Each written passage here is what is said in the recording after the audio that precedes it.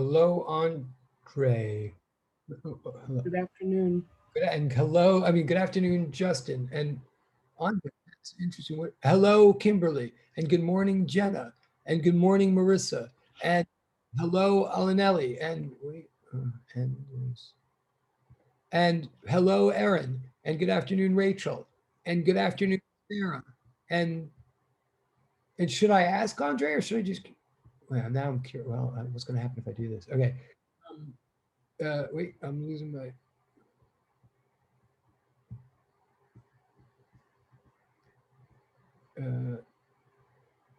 Okay. Okay. Um, sorry. Okay. Good afternoon, Alyssa. I didn't say good afternoon, Erica. Uh, oh, really? Okay. All right. Cool. Funny. All right. Thank you, Kimberly. Good morning. Oh, excuse me. Good morning, Kimberly. And okay, we do have something big to do and finish today, but I'm now you do have my curiosity, but also I have oh.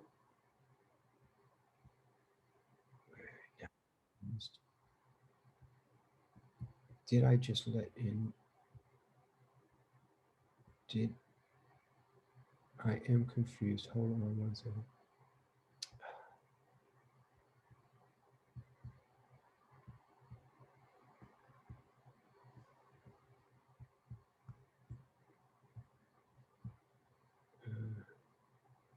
Oh. Hey. Oh, all right. I'm not going to watch that, but that's great. Okay. I'm not. Okay. I got you. That's hilarious. I can relate. That's relatable to me strangely. I don't know. I didn't know you guys were into that sort of thing. That's cool. Andre. I will watch it more fully later. I am a sucker for that kind of thing.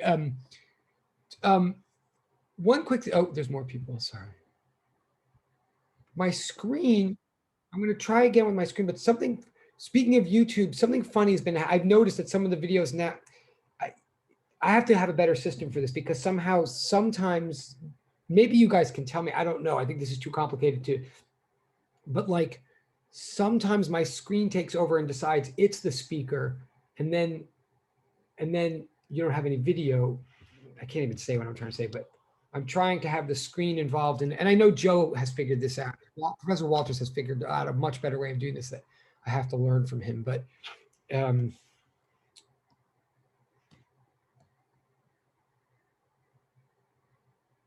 okay, I think this is okay. Okay, I guess this is working now.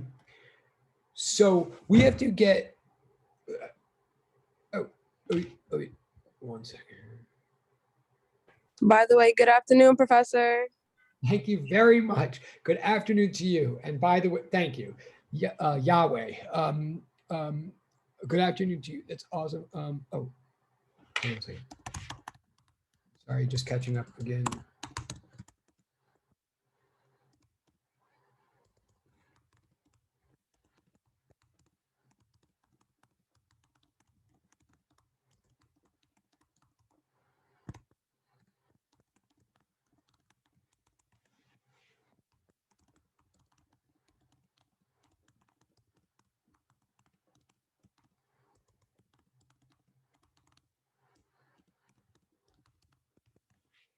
Great. All right, cool.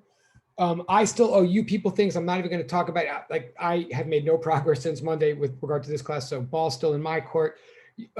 Still submit those 50-point participation things and the less I grade of other stuff, the more they mean to your grade, if you know what I'm saying. So doom. But all right, but what I do want to get straight back to this, to the pluck, so to speak, to this whole, we spent all this time yesterday setting up a proof and now we have to do it.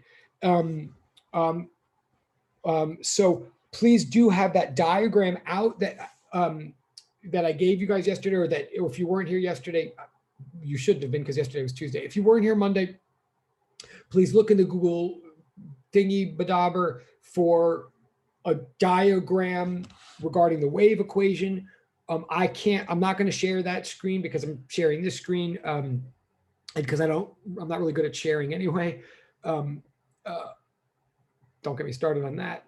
But so I'm going to do it in the same notes as yesterday. So I'm just flying through here. I'm just flipping through. This is like what we did Monday. Hopefully you have these notes. This is all the setup for the proof. But I want to pick up,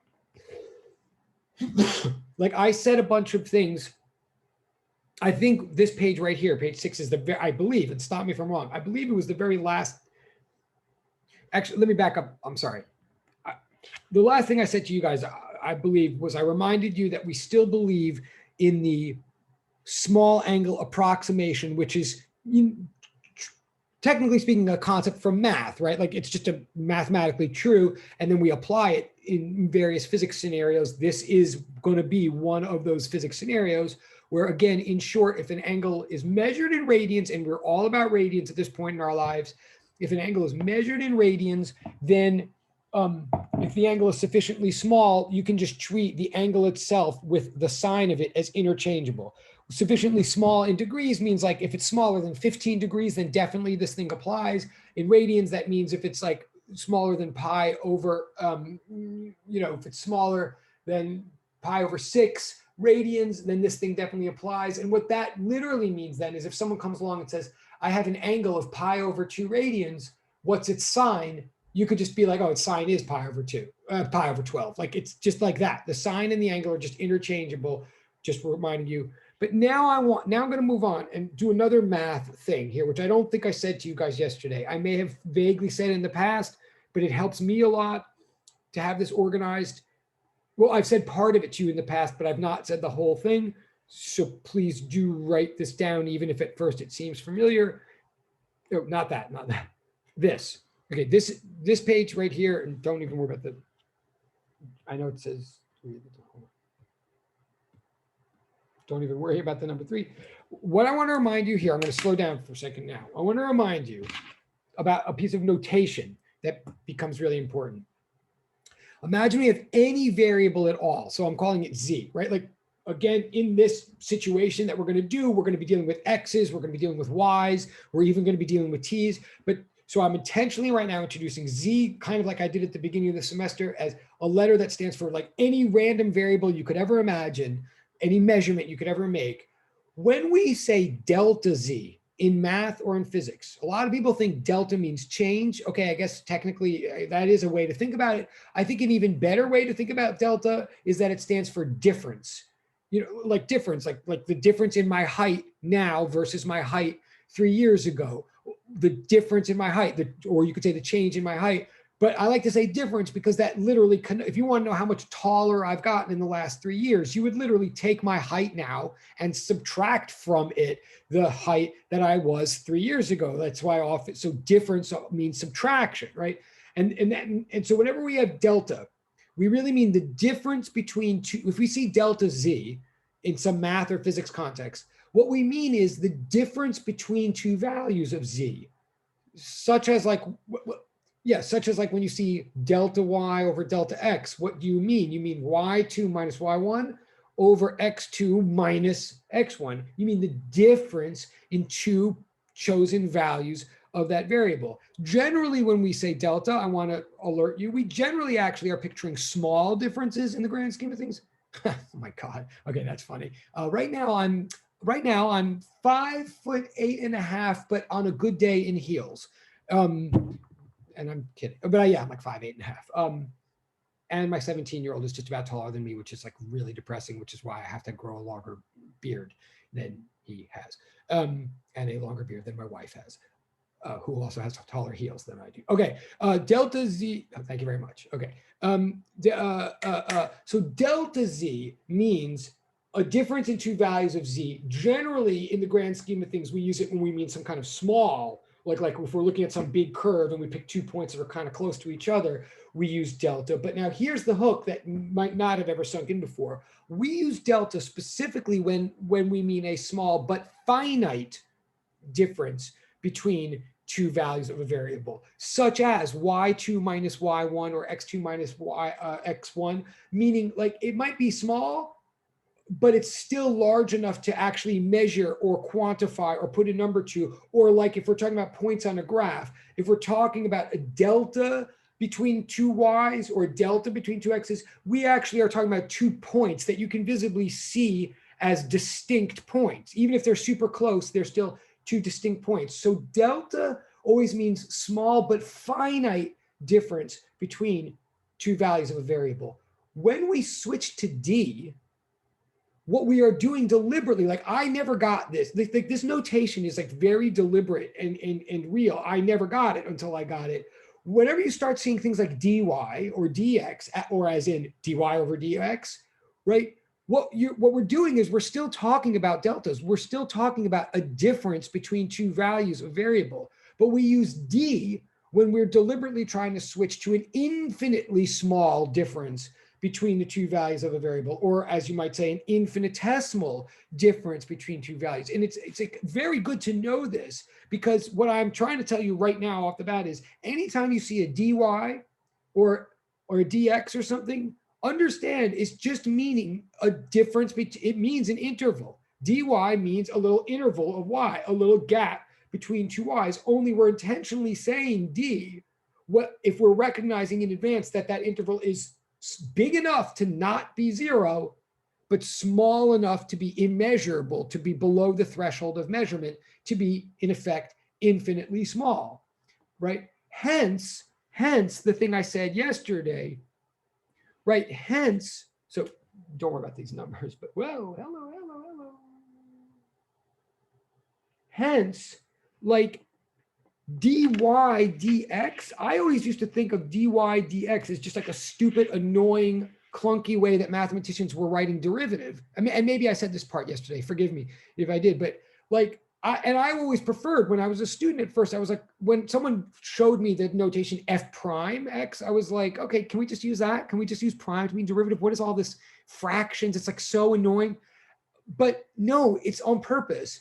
We say dy over dx is the derivative of y with respect to x, because we're just trying to say that it's delta y over delta x, but taken to the limit. That's what this whole fancy way of writing the definition of the derivative is trying to say. It's just saying a derivative is a slope, only in the shrunken infinitesimal case. Like, in other words, what I'm really trying to say right now is that whole thing, dy over dx, you can think of it as one big chunk of knowledge, and often we do. You can think of the whole thing, dy dx, as derivative, just like you can think of y2 minus y1 over x2 minus x1 as slope. But understand, slope is a ratio of rise to run.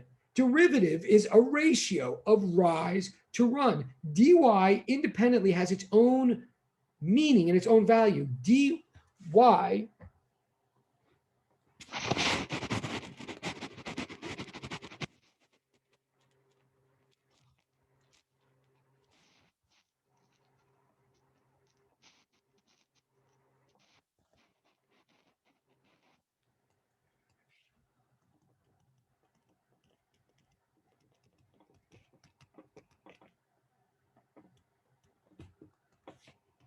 I'm saying that a derivative is a ratio of differentials. dy, just like delta y is called a difference, dy is called a differential. A differential divided by another differential gives you a derivative. The differentials have meaning unto themselves. And everything that you believe about fractions, you should still continue to believe whenever you look at a derivative. A derivative is a fraction, only yes, it's a fraction of infinitesimal. So sometimes we have to put a lot of effort into proving that our laws governing fractions like still work when we're talking about fractions of infinitesimals. Like, so there are interesting things that happen, but it's still freaking a fraction. It's a ratio. A derivative is a ratio of differentials. A derivative is a slope. It's a rise over a run, only it's a slope when we assume that the run is arbitrarily or immeasurably close to zero without actually being zero. So it's simply the limit as delta x approaches zero of delta y over delta x. And that's all that this big thing here is saying, right? Fx plus delta x means f of x over here minus f of x over there. It just literally is rise over. Okay, now again, many of you may have already known that. Sorry if it's like boring you, but so now I'm saying delta is what we use when we mean small but finite difference between two values of a variable. D is what we switch to when we go to the limit, when we're saying a an infinitely small difference in two values of a variable. And now that's two pieces of notation. In principle, you already knew. I'm just trying to put them in perspective. But now I'm going to tell you something many of us did not know, and certainly you're not required to know before this class. Now I'm going to say, so we have that, like, okay, that was the page I just said. But now I'm going to say the new piece of notation, this, and this is new unless it happens not to be, like unless you happen to have taken a class called multivariable calculus or something which you were totally not required or expected to take for this class. Unless that exception, you wouldn't necessarily know this thing that I'm now saying. I'm now saying we can go a step further. We can introduce a new little symbol which looks kind of like a lowercase delta, like the triangle is technically a capital delta. But now I'm doing this weird squiggly thing that you might think of as a lowercase delta, but it's actually not. It's actually not even a Greek letter, even though it looks like a Greek letter. It's actually, I think, a Celtic letter. I mean, it's from Celtic, like, which I don't know anything about. And it doesn't even have a name that we know of. I mean, we mathematicians and physicists don't even use the name of this letter. I'll tell you what we call it in a second. But if you ever see this symbol now, this sort of backwards script 6, I guess, is that it's like a backwards 6, I guess. This thing is what we're going to use from now on, like starting now, to mean an infinitely small difference between two values of a variable in cases where that variable is a dependent variable that depends on more than one independent variable. This thing is now read as partial z. This is what I'm about to start explaining, like right now. Again, this is now new information. I don't expect you to already know this. I expect you to like follow me and try to understand this. So this new symbol is like d. This is a type of differential that I'm teaching you. It's a differential just like dy or dx or something. It's not a derivative. It's a piece of a derivative. It's a differential, but it's a special kind of differential that arises in contexts where we know we have a function of more than one variable. Specifically, yeah. So I'm skip. So go to this. Okay, so these are new notes now. I mean, I already pre-wrote them, but like you can write them. I'm saying, let me back up for a step. If you have a function of one variable, like y equals f of x, right? So whether it's math or physics, and if you have a function of one variable, if it can be looked at as a graph of an x-axis and a y-axis, which is every type of function we have ever looked at thus far, honestly, in math or physics, every function we've ever looked at has like an independent variable and a dependent variable. It has, in a way, a cause and an effect, right? And that's why every single experiment we ever do can always be slapped onto a graph, because we're always tweaking one knob. We're always tweaking one knob in the lab, metaphorically, and then watching how nature responds in one other knob. And we're always, in principle, holding the whole rest of the universe constant while we do that. This is the whole idea of the scientific method, right? Like everything we've done up until now has been that. And so whenever we have a function of one variable, we could talk about its derivative, dy dx, and something that we could have said up until now. So I'm looking right here. Dy over dx, of course, by definition equals dy over dx. And by definition, that I just said 2 pages ago is like delta y over delta x, take it to the limit. But now I'm going to write it in a funny way. I'm just partly to emphasize to you that these derivatives really are fractions. I'm going to, in effect, multiply both sides by the denominator of this fraction. And I'm going to write this right here. I'm going to say, well, if dy over dx equals dy over dx, then dy equals dy dx times dx. Like, I'm not saying that's a surprise, like that's, I just multiplied both sides by dx, but it kind of looks stupid. It might look like, well, what new knowledge, so what? Like, what new information is that? It's not in itself necessarily new information. I'm setting it up to make a contrast, but let me just translate it. So again, I'm right here, right now. I'm talking about this.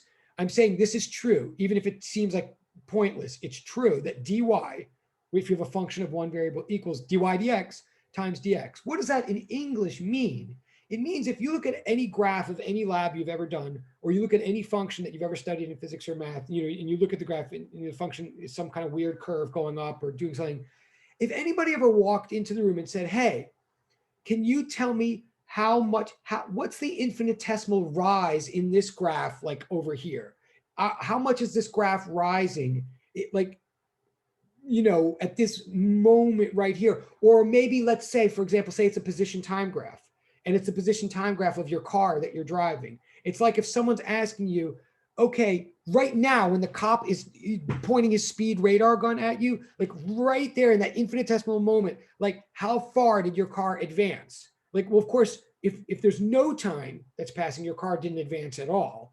And if your car is going 70 miles an hour right now, then if we let an hour go by, your car would advance 70 miles. But if someone just asks, like right now in that infinitesimal like bit that the cop is firing the radar gun at you right now in that, so we're in that infinitesimal sliver of time, like in the microsecond of time that it took the cop's radar to go across your car, like how far did you go forward? You must have gone something, otherwise the radar couldn't detect anything, but it must have been really small, but it must have been something. Well, the infinitesimal amount that the car went forward would simply be the infinitesimal rate of, the infinitesimal amount that the car went forward must be the instantaneous velocity, like 70 miles per hour, times whatever amount of hours we went in that, like whatever tiny, tiny fraction of hours elapsed during the radar measurement, right? So I'm just saying infinitesimal rise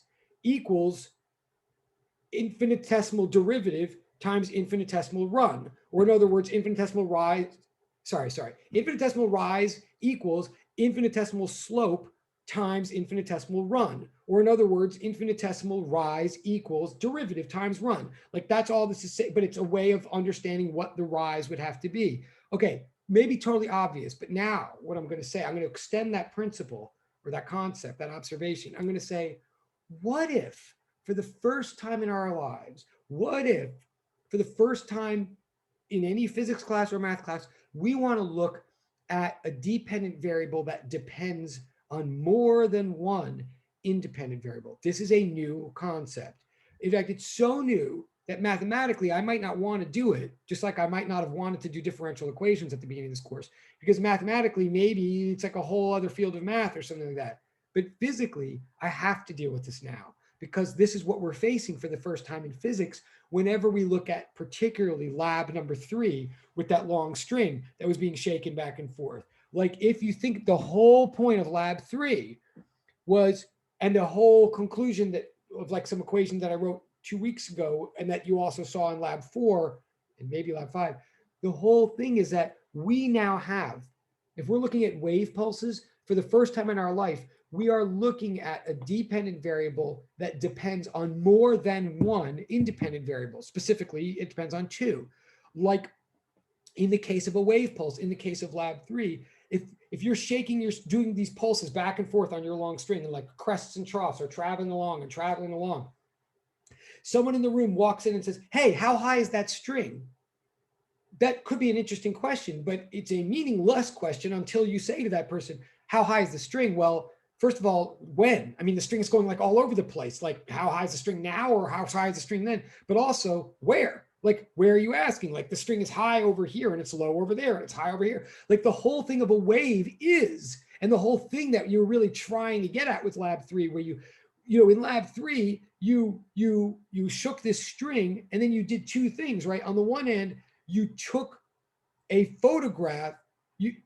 On the one hand, you picked one moment in time and took a photograph of all of the x positions of that string and saw where all the y heights were. And that gave you a cosine graph. That was like that showed you how y was depending on x. But also you picked some x value, you picked some horizontal coordinate position on the string, and you took a movie. I mean, if the lab is still what the lab basically should be, you took a movie, right? And you analyzed what was going up and down at that spot. So you took a movie to analyze how y was depending on t. You took a photograph of one particular t to see how y was depending on x, and you took a movie at one particular x to see how y was depending on t. And then you put them together and got all this stuff. And the whole idea is, aha, a wave pulse is partly interesting and partly challenging because for the first time in our lives, we have a coordinate y depending on 2 independent coordinates, x and t. And I call them independent Well, both because they're both the thing on which y is based, but also because they were independent of each other. You could like separate them out and take a separate movie and a separate photograph and still analyze.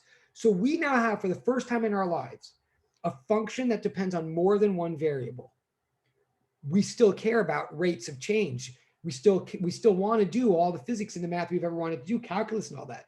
So is this going to be really hard and really scary? No, but we're just going to be clear and straightforward about it. We're going to say from now on, I still believe that the whole is equal to the sum of its parts. I believe in superposition, at least in a context like this. So I'm going to say from now on, so I'm now here at the bottom of this page, I'm saying it. So this is like a math theorem. Oh, sorry. Oh, wait. Okay. Hold on.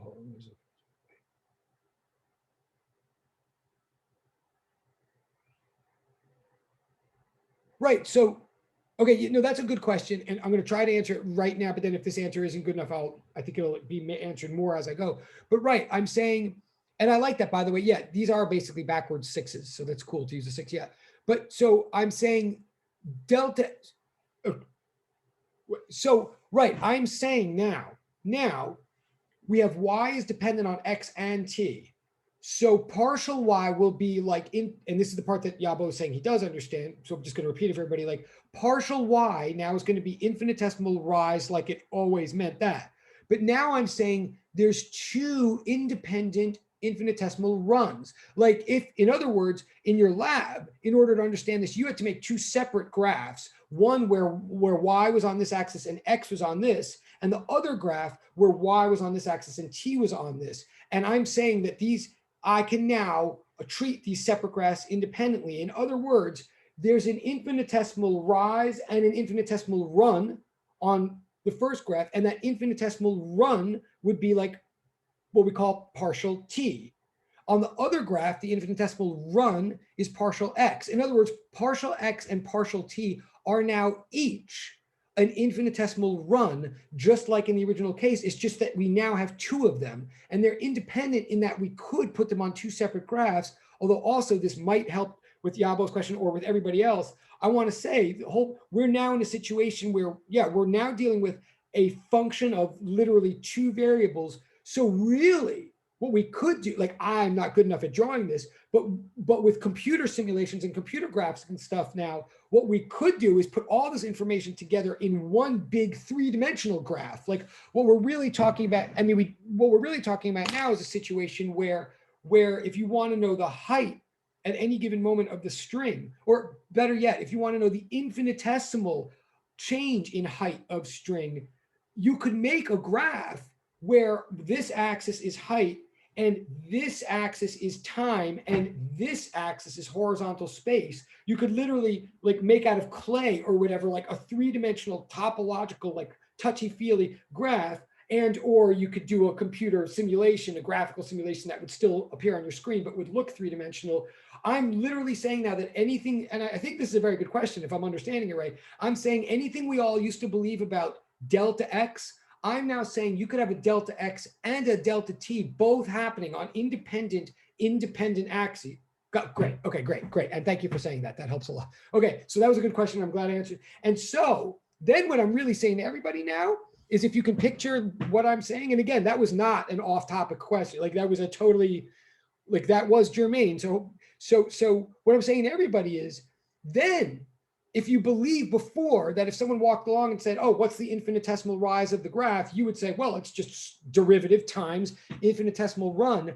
I'm going to say now, if anybody looked at some three-dimensional graph we had, or if they looked at both of our separate graphs from lab 3, if they like had them both on pieces of paper in front of them, if they asked, what's the infinitesimal rise in the function now? Well, assuming that the whole is equal to the sum of its parts, assuming that these two independent variables are not only like typical independent variables, but if they're truly independent of each other, they're not affecting each other, then that means that the infinitesimal rise in the graph would be the partial derivative, like the rate of change of y as a function of x times that run in x plus the rise per t times t. Like this statement at the bottom. So in other words, the big statement I'm making out to everybody, like the math that and it is technically a theorem, and technically in a math class, it takes longer to prove this. I'm just trying to appeal to everybody's physical intuition to say, and I'm saying the whole is equal to the sum of its parts, or I'm saying we believe in superposition. But this statement at the bottom of my page, the statement in brown, is a theorem that says the complete derivative of some multivariable function is the sum, in effect, of its partial derivatives. Okay, so I'm saying that, and what that really we're going to apply this in a moment. What that really means at the end of the day, it means that if you get a complicated function that depends on both x and t, you can take what are now called partial derivatives. Like I'm introducing, so I'm on purpose introducing this notation and this concept now. I'm saying that, for example, this thing right here, or is a ratio of partial differentials. So the whole thing is now called a partial derivative. This is the partial derivative of y with respect WRT with respect to x. Like that's the rate at which y changes as you change x. Separately from that is this partial derivative of y with respect to t. And technically, and really, if you get along, and we're going to practice this, although I have to do something else first before we do. If you get some long function like y equals 5x squared plus 2t squared, right? If I asked you to take the partial derivative of that function with respect to x, it would literally mean, and you would literally do, you would treat x as the variable and do your normal derivative rules, like you would bring down the power and multiply by the coefficient. So if I said the function, and I'm saying this fast because I want to get back to the proof, but if I told you guys this function y equals 5x squared plus 3t squared, and then I asked you to compute partial y, partial x, like the partial derivative with respect to x, what you would do is you would treat x as a variable. Oh, cool. Yes, good. Okay. So you're and good and yes. And that's, so you're totally following me. That's right. And that's what we are. That's right. So just for everybody, if I said that, you would treat x as the variable, and you would, even though t is a variable, in reality, if you were looking for the partial derivative with respect to x, you would treat t as a constant. You would literally treat it as a constant. So its derivative would be 0, but you would treat x as a variable. So you would say the partial derivative is like 10x plus 0. And that is just like what you would in lab, you're experimentally doing the same thing. When you take a photograph of the whole wave, what you're doing is you're setting t equal to a number. You're treating t as a constant and just looking at the way in which y depends on x. You can separate out these partials both experimentally and mathematically in just the way that you would expect, like no tricks. If I ever ask anybody, and I will, and I guess you did in lab, if you're asked to take the partial derivative of some multivariable function, if you're asked to take the partial derivative with respect to x, it means you treat x as a variable, and anything else you see, even if it's truly a variable, you treat it as a constant in that moment. And you're allowed to do this because the whole equals the sum of its parts. Okay, so that's right now though. Right now, this is just notation. I'm just saying that I'm going to use that partial symbol to mean partial. And I'm introducing it now because I want us to recognize that picture that I gave you, that hopefully you're still staring at, of a pluck, like we got 40 minutes left to actually put all these pieces together, We're going to analyze that pluck with all these pieces and notice. And even though I keep saying that picture is super important, that picture is just a picture. That picture is the x-axis and the y-axis at some moment in time. But of course, if you pluck this string and you let it go, time is going to elapse and y is going to change. Like time is also a variable. It just can't be captured in a snapshot. So we are now going to analyze that pluck considering like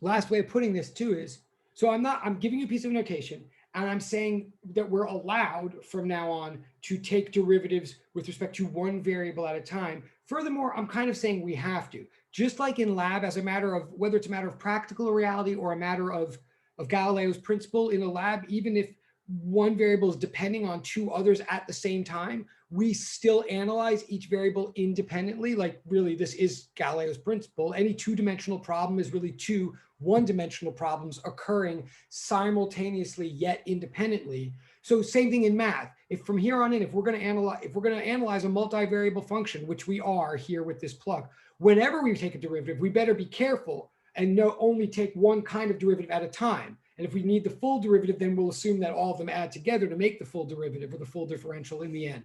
But that's how we're going to treat things. So that's the last ingredient that I had to establish in order to do this. So now finally, with 38 minutes left, we're going to do it, which means we're going to just do the pluck. We're going to see what happens when we pluck a string.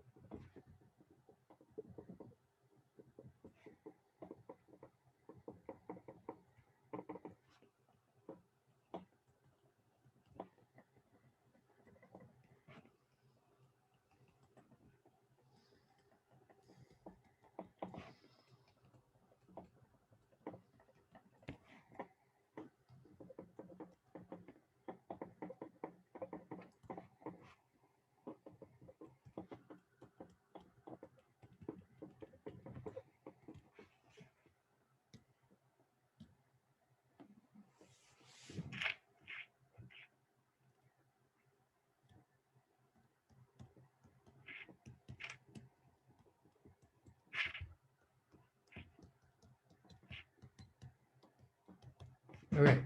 So we're going to get pluck. We're going to do the pluck. Like physically, I'm picturing that I went over, I put the string, and again, please have that diagram out in front of you if you can. If you do, I'm totally referring to that diagram from yesterday.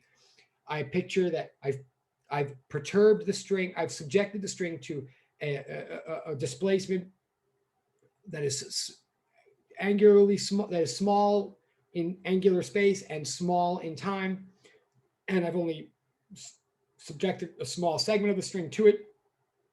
I've plucked it and then I've let it go. So my finger's no longer touching it. So now all that's left, all that's happening is the tension in the string is going to start exerting forces on the string and pull it or accelerate it in some direction, presumably toward equilibrium. So I'm just now applying, oh, excuse me, my bad.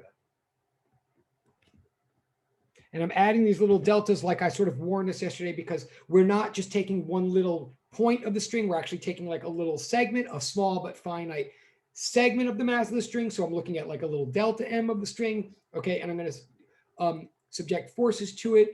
F net equals ma is what I'm using, Newton's second law. It's a vector equation. So F net equals ma. First I wrote it, F net equals ma, like if this were exam, I would write that first. Then it's a vector equation. So what does it mean? It means that that it occurs in all axes simultaneously yet independently. This just goes back to physics 1. But so just like in physics 1, first I'm going to analyze the axis that I maybe think that I know something about, and maybe I'm not. Basically, I think all the action here is going to be in the y-axis, but I'm going to just quickly first analyze the x-axis just almost for practice or to get any information I might need for the y-axis. In the x-axis,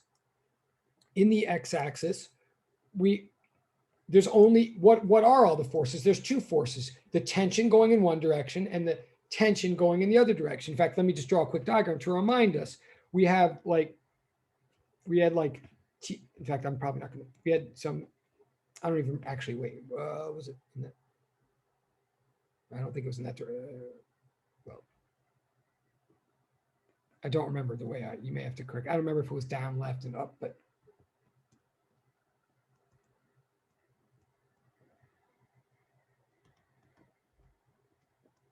and I apologize if it doesn't actually matter if I drew it differently from them, but maybe, do I have it right here? Hold on, let me just I don't want to confuse anybody here. 1 second, sorry.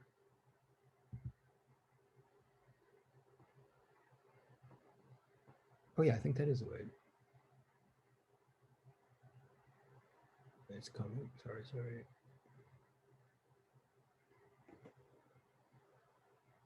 Slow.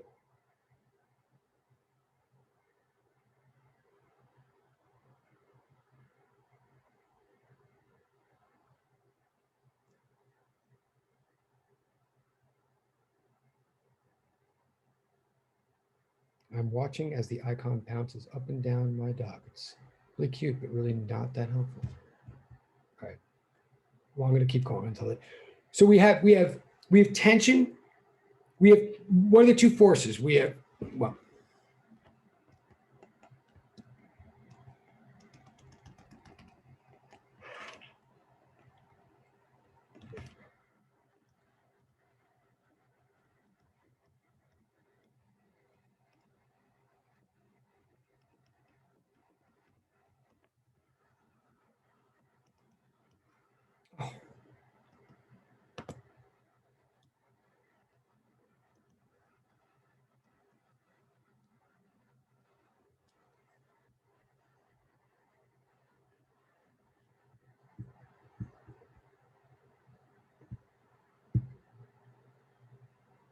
oh, yeah. Oh, thank goodness. I did do this. I did do this correctly. That's a surprise. Okay.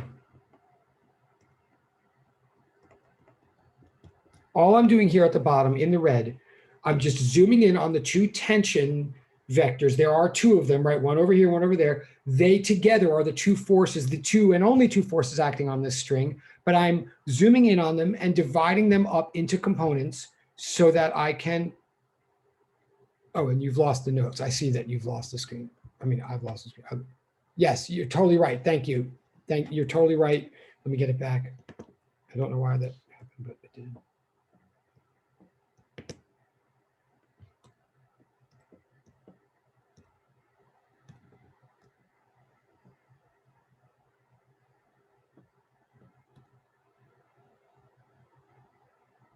Okay. Thank you. I appreciate it. Okay, so I'm zooming in on the two tensions and just dividing them up into vector components, just like physics one, just old, trigonometry, whatever. And I'm doing that so that I can look at each axis independently, right? So, and remember, each tension is the same magnitude, but slightly different angles, slightly different directions. So I'm being careful about that. So in the x-axis, I could say,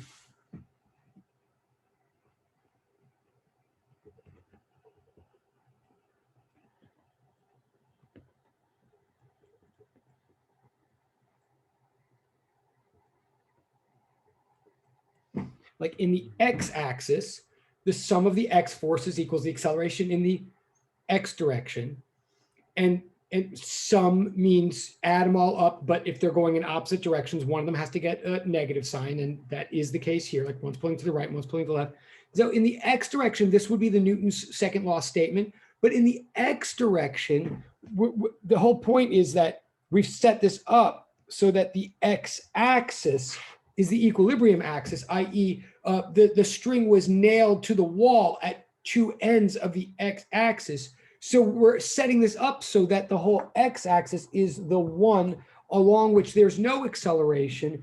So at least approximately speaking, it must be the case approximately that this equals this. And that's all that we can infer from the x-axis, and that's all that I want to say about it. In other words, I'm basically just doing the x-axis as a check or as a matter of routine. Like in the x-axis, ultimately the force components must be balanced. Nothing is happening in the x-axis because the whole string is not shifting left or right. What we do think is that the string segment that we're looking at is going to shift down or up or something and get flattened out. So the real action is in the y-axis. So now I'm going to look at the y-axis. Again, I just looked at the x-axis to show myself how to set this up or do it. Now I'm going to look at the y-axis. Like there's nothing more to be said about the x-axis. It's just checking intuition.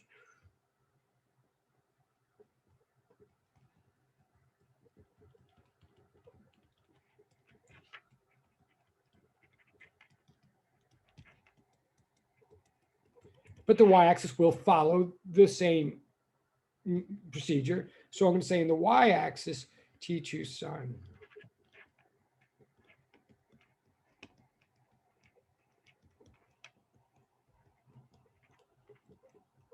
Okay, and I don't think, good heavens, I don't think that the acceleration along the y-axis will be 0. It'll be something because the string is going to accelerate back to horizontality. All right, so here I'm going to start analyzing now. Now, first of all, the two tension vectors must be different, otherwise nothing's going to happen. Like there must be a net result. There must be a net difference between these two y components. Otherwise, there wouldn't be y acceleration. But that's because the angles are different. In other words, the two y components must be different. But the whole magnitude of tension still has to be the same along the whole string. That was one of our premises that we took pains to establish yesterday. In other words,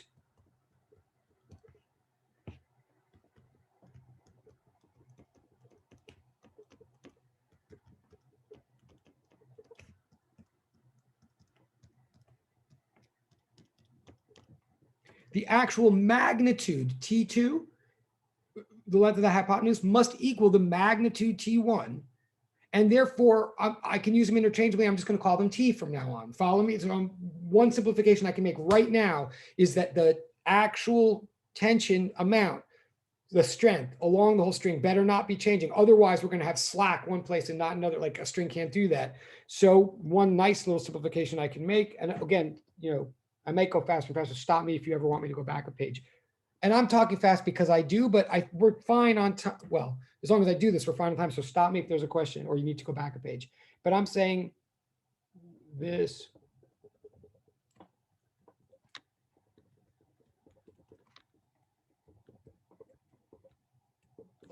So then I can factor out the T.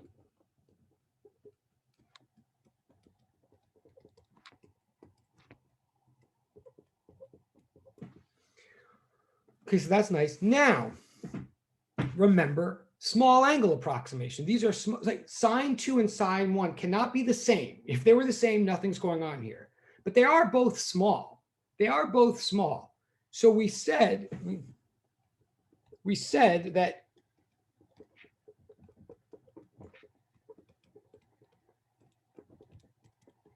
however you want to write it, in the limit as theta goes to 0, the sine is the same as the angle.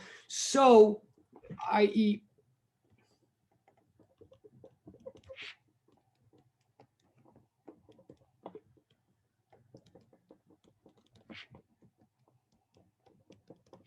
right, wherever I see sines here, I can just replace them with the angle themselves. As long as I recognize that that's an approximation. So I'm going to sub in wherever I see sines, I'm going to sub in thetas now, but I'm also going to change my equal sign to an approximate equal sign. And that doesn't make this less true. It actually makes it more true. If you see what I'm saying, like it's just like noting uncertainty in a lab measurement. Like by noting the uncertainty, you're being actually that much more precise. You're not being more vague. You're saying this is precisely how imprecise it is. So I'm going to do that right here. And for anybody who's concerned about that, we're going to, in the end, come back to actual equal signs if we're careful. But right now, to do this right, I'm going to say, in other words,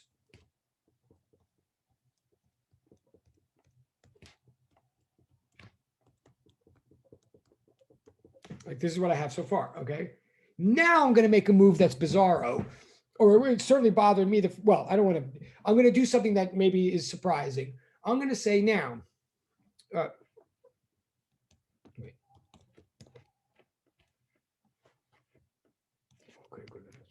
So that's where I am so far. Actually, I'll just recopy before.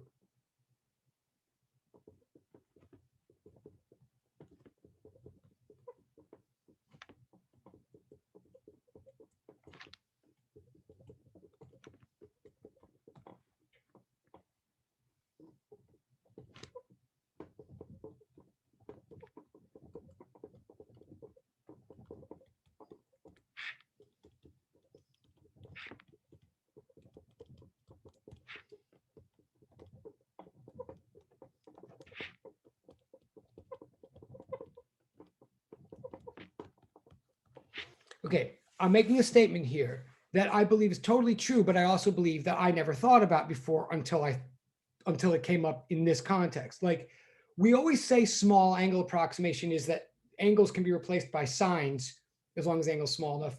And we say that not only because it's true, but because it's very, very useful in a lot of different contexts. But if it's true, if it's true that sines and angles are like interchangeable as long as the angle's small enough, then it must be even sort of more vividly true that angles and tangents are interchangeable, because tangent is sine over cosine, right? And so the smaller an angle is, the smaller the sine is. And the smaller the sine is, the smaller the sine is, the bigger a cosine is. And when you put a small number over a big number, you have a fraction. And the smaller you make the numerator and the bigger you make the denominator, the smaller you make the whole fraction, right? So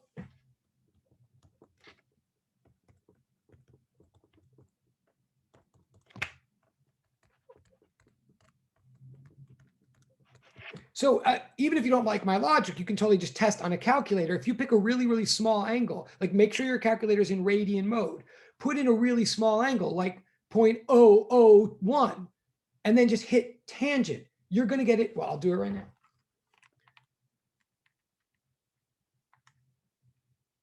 Am I in? Yeah, right. So I'm in radian mode and I take the tangent of 0.001. My calculator literally just spat back 0.001. That was actually better than I expected. I mean, if I go tangent, I mean, it literally spat back the exact same thing. I mean, if I put in 0.01, and okay, that's even better. If I put in 0.01 in my calculator in radian mode and I hit tan, what I get back is 0.0100000333, like literally, right? Super close, but not exactly to 0.01. But then if I made it even smaller, it gets even closer. Like when I did 0.001, it was so close the calculator couldn't even carry the digits and it looked identical. In other words, whatever we ever believed about sine is even more dramatically true about tangent. The reason it's never, so you might even say, as I did when I first, like, no one explained this to me when I first saw this proof. It was just like embedded and assumed by the proof. It totally bothered me because I didn't know what they were doing at all when they suddenly swapped out tangents. And when I finally realized what I thought was going on, like, oh, I guess you can do this with tangents too. My first thought was like, well, why the heck didn't anybody tell me this before? Like they've been telling me this about sines always, but they never mentioned about tangents. Well, because it doesn't come up in as many contexts, I guess, but it comes up here, and it's totally true. If you believe it about sines, it's even more true about tangents. And in fact, it is super useful. It's just useful in more obscure contexts. So I'm going to say now, again, I may not have thought of it before, but it's totally true that I can now say thus.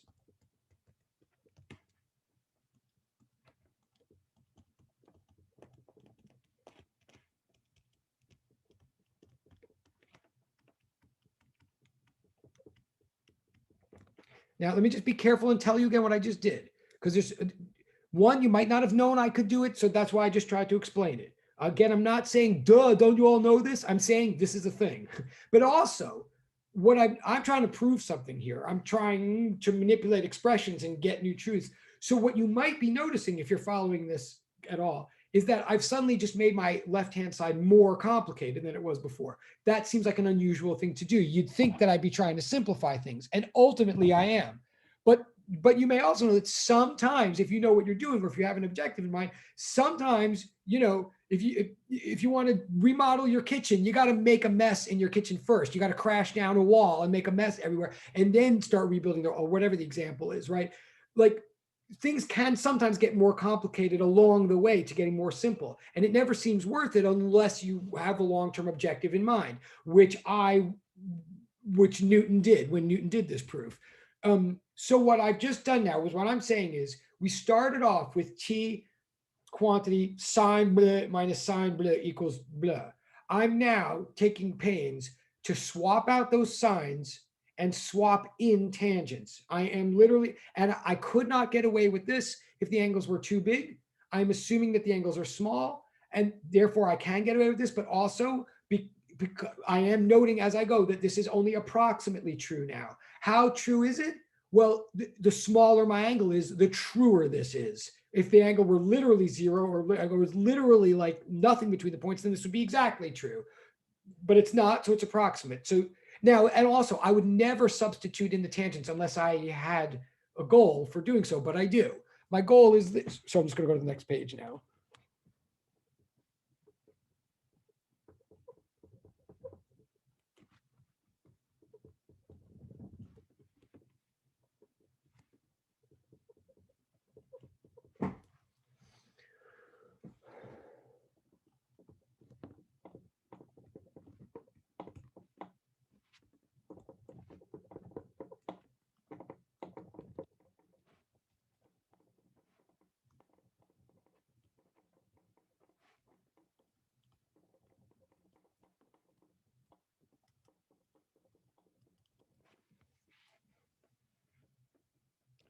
I just want to see what's going on. Yeah, that's exactly.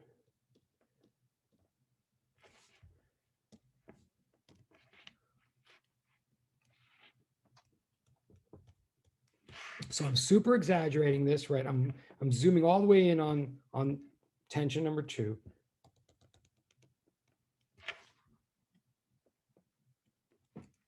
I'm looking at theta 2.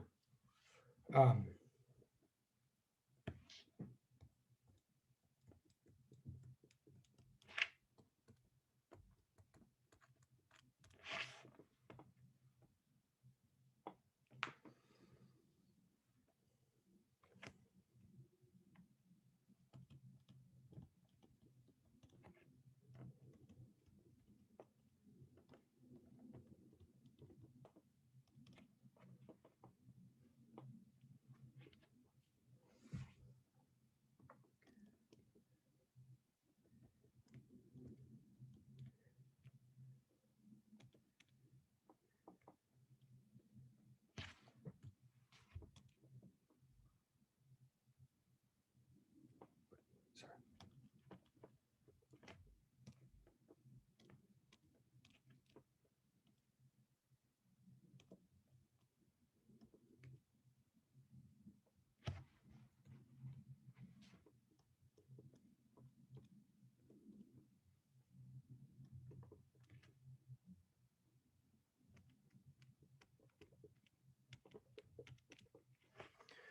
Okay. What I'm saying here is the tangent of that angle definitely equals a sine over the cosine. It definitely equals opposite over adjacent. So it definitely equals like t sine y over t cosine. I mean, it definitely equals t sine of the angle over t cosine of the angle, i.e. it equals the tension component vertical over the horizontal tension component. What that approximately equals is the elevation in the string over the run of the string, right? Like if the string were literally, in other words, the tangent of that angle approximately equals the uh, the slope of the string at that point. It exactly equals it if we're like literally looking right at the point, right? In other words, remember, derivative is limit of slope. So the actual amount that the string is raised up there is pretty much the ratio of how much the string rises to how much the string runs is pretty much the ratio of the vertical tension in the string to the horizontal tension in the string. In fact, the smaller the angle is, the more they are exactly the same. I'm basically saying here again, derivative approximately equals slope. And it in fact equals slope in the limit, right? So I'm saying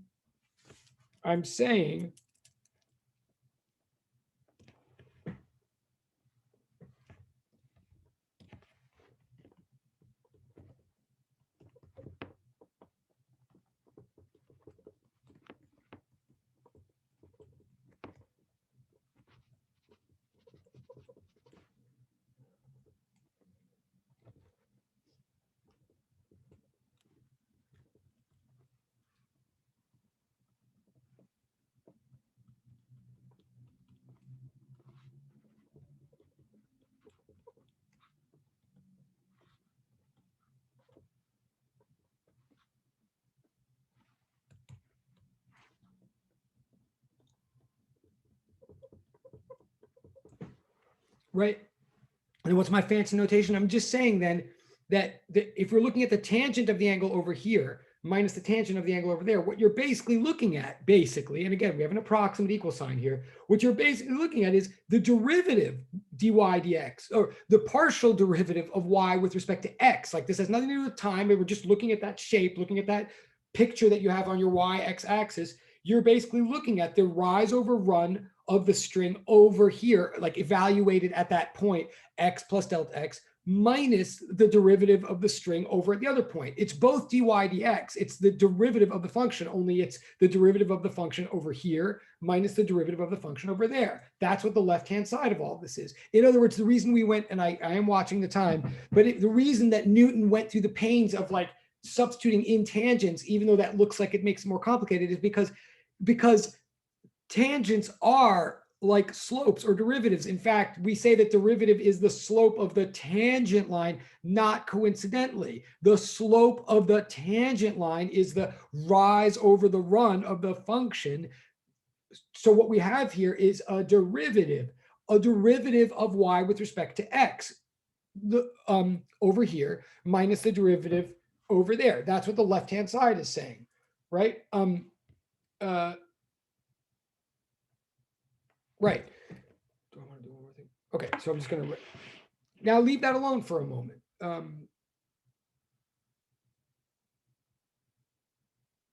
Yeah, leave that alone for a moment. Let's look at the right. So that okay, I'm just going to rewrite it one more time, make it a little bit neater, but that's the left side.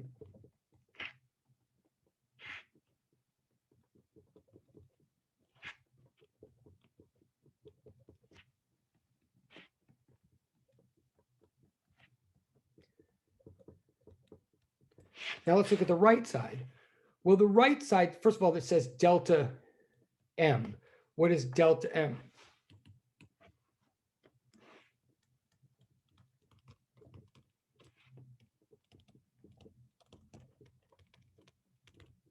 Remember, we don't know much. We don't know how much mass there is in any chunk of the string, because the bigger the chunk of string, the bigger the mass. What we know is the density of the string. We said the density of the string is defined to be little chunk of mass per little chunk of displacement, right?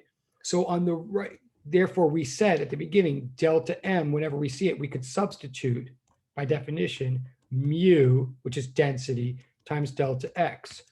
So so I'm going to substitute in for the right side. And I'm going to go to the next page. Oh no.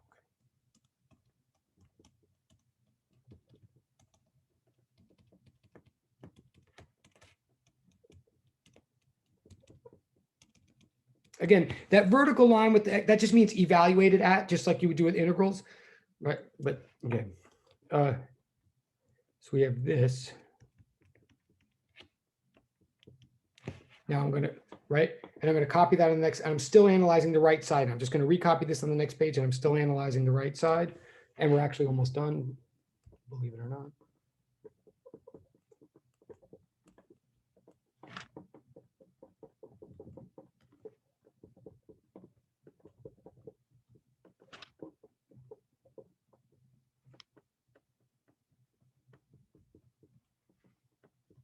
And that's a sub y.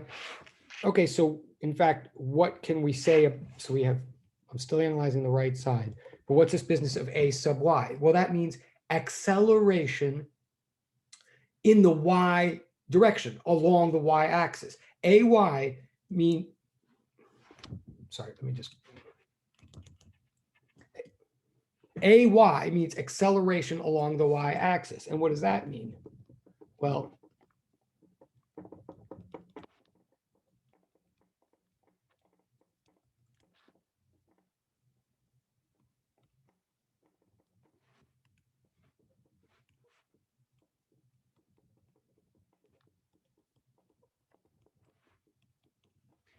acceleration in the good old physics sense of rate of change of velocity per time, rate of change of position, vertical position, y position in time, i.e. what this has always meant is this.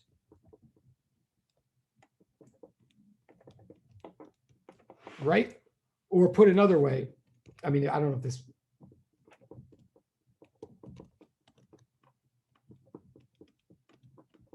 I don't know if that helps or not, but it's the second, in other words, acceleration is the second derivative of y position with respect to time, right? So now we're looking at the derivative of y, the derivative of y with respect to the other independent variable time. Like that's suddenly coming in because f net equals ma. The string is going to be accelerated along the y-axis over time. So I'm making that substitution. So now I have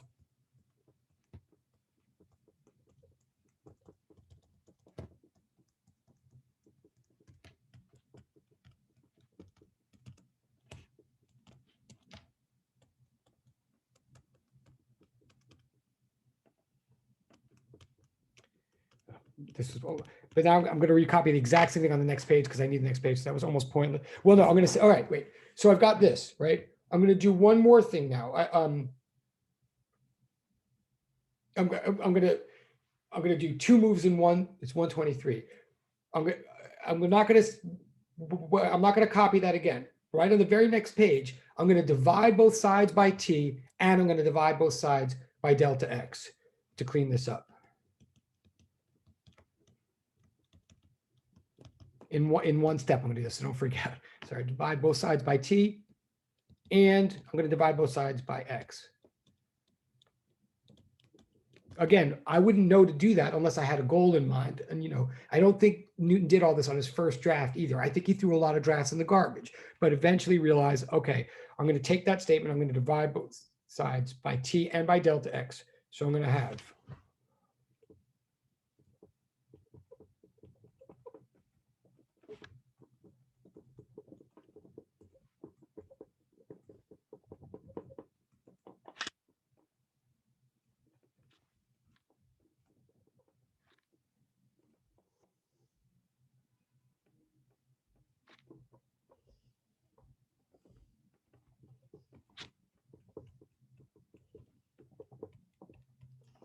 So I've got like derivatives flying around. I've got single derivatives on the left. I've got a second derivative on the right, but they're all partial derivatives now, right? Like partial derivative with respect to x on the left, partial derivative of y with respect to t on the right. And we're almost there. Oh, sorry. And one really important error I just made, sorry, is that all of this, of course, has been approximately equal. The bigger the gap between the 2 points, the less equal it is, or the bigger the angle, the less true this is, but the smaller, the more true it is. So like maybe I don't see anything left I could do with this. Maybe I would just think I'm done, except I don't like that approximate equal sign. I want it to be truly equal, and I can make it so. I can make this truly equal as long as I go to the limit as delta x approaches 0. If I go to the limit where the 2 points are so close to each other that they're practically 1 point, but not exactly, then then slopes and derivatives are one and the same. And then the sign of theta is theta, literally, if you go to where theta is 0. So I'm going to go to the limit. Now, am I allowed to just go to the limit just because I want to? Well, I'm not allowed to just take one side of an equation to the limit just because I feel like it, but I can do whatever I want to one side of an equation as long as I do it to the other. So I'm going to take both sides. There's 6 minutes left. I'm going to take both sides of this equation to the limit as delta x approaches 0. I'm going to do it because I want to get rid of that approximation sign, and I'm allowed to do it as long as I do it to both sides.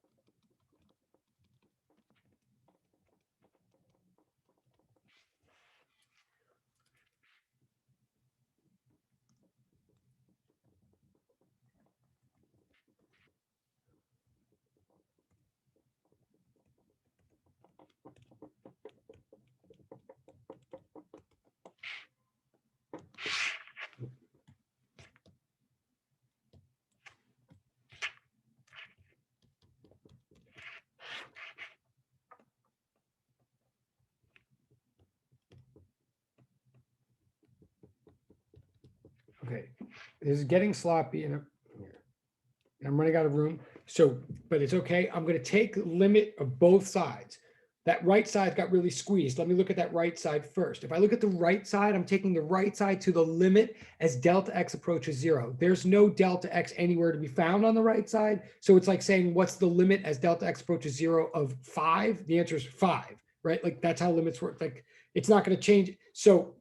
So I'm taking the right side to the limit, but it doesn't change anything. So all I have to worry about is the left side with the 4 minutes that we have left. So I'm going to recopy one last.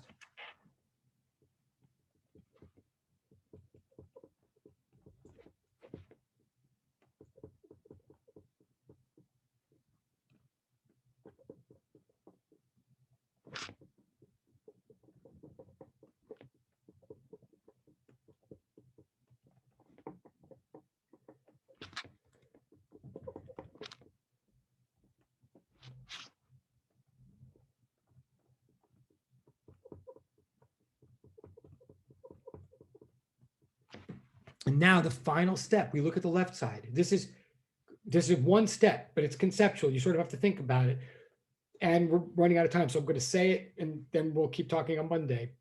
If you look at the left side, we have, well, remember,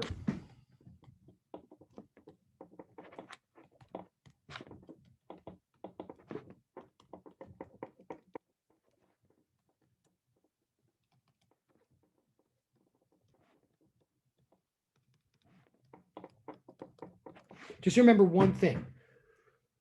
When you have any kind of function and you take the derivative of that function, what you get is a function, right? You don't get a number. If you differentiate a function, you get a function. If you want a number, you have to plug, like, so if you have y as a function of x, if you want a number, you have to plug in some value for x and then it'll spit out some value for y. That's what it's called, evaluating the function. But when you take a function and you differentiate it, you get a new function, right? So look at this term up here on the left side.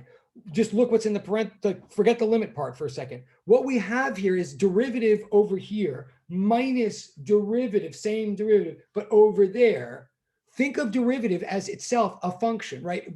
I don't care about the t's or anything like that. A derivative of a function is a function. So wherever I wrote dy dx on the left, you can even just substitute in. I don't have time to write anymore, but you could just call that g of x if you want in your mind. That is some function, that derivative. So what we have here is a function evaluated over here minus the same function but evaluated over here all over delta x. So what we have, what we have is the rise in some function all over the run in that function, right? It's like g2 minus g1 all over x2 minus, this is effectively g2 minus g1 over x2 minus x1, but all taken to the limit as the difference between the x's go to 0. In other words, I'm going to say this fast. You might have to think about it, and I can't take questions because it's about to be 1:30, but look hard at this is the hardest part of the whole proof in a way, but once you see it, you see it. The left side is like some function value, it's g2 minus g1 over x2 minus x1. In other words, it's rise in a function over run in a function, but taken to the limit as that run approaches 0. In other words, this whole left side is just the original definition of derivative that I reminded you of pages and pages ago. The whole left side is just the derivative of some function. Of what function? The one I just made up called g. In other words, it's all the left side is the derivative of a function which happened to already be the derivative dy dx. In other words, the whole left side is the derivative of the derivative dy dx. Again, you might want to let that sink in, or you might want to play this again or look at the notes or whatever. But what I'm asserting to all of you, and then we are done. I know it's 1:30, but I'm saying, if you really think about it carefully, the whole left-hand side is the derivative of the derivative of, it's the second derivative of y with respect to x. And all of that on the left-hand side precisely equals this constant times the second derivative of y with respect to t. This is the wave equation. And I think you did see it in Laboratory, or you could write it, you could switch it around. It's even more common to write it like this. Oops. You could write it like that. Same exact thing. But this is a second order differential equation. It's much like the whole thing that this whole course started out with, Hooke's law. It's like saying d2y dtt equals some constant times y, only now on the right side, we have, instead of the function y, we have a whole other derivative. This is like Hooke's law in time and in space. The second derivative of y with respect to time is directly proportional to the second derivative of y with respect to space. It could not be more direct and simple and beautiful as long as you understand what every little element means. This is the one-dimensional wave equation. It is oscillations happening in time and in space. It is a second order differential equation that has derivatives on both sides. The time derivative on the left, the space derivative on the right. That's a lot. That's all. There's like much more to say about it. It's like a very important equation in physics. Anything that you believe is a wave must follow this.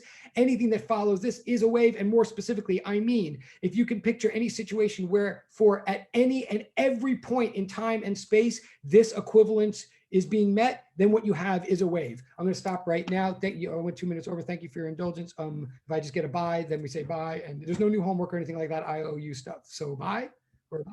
Have a nice day. Thank you. Have a great day. You too. Have a great day. Have a great All everything. right. Thank you, Professor. Have a great weekend. Thank you. Great. Thank you. Have a great week. Have a good spring. Court bless America. Bye, Professor. Have a great week. Awesome. Awesome. Professor, I have one question for you, though. Yes. What is your sign? Scorpio. October or November? Good question. November 16th. What are you? Pisces. Oh. Huh, a Scorpio. I actually thought you were going to say Scorpio. Yeah, I don't know what to tell you. I'm not. All I can say is I'm not lying. I mean, I love it.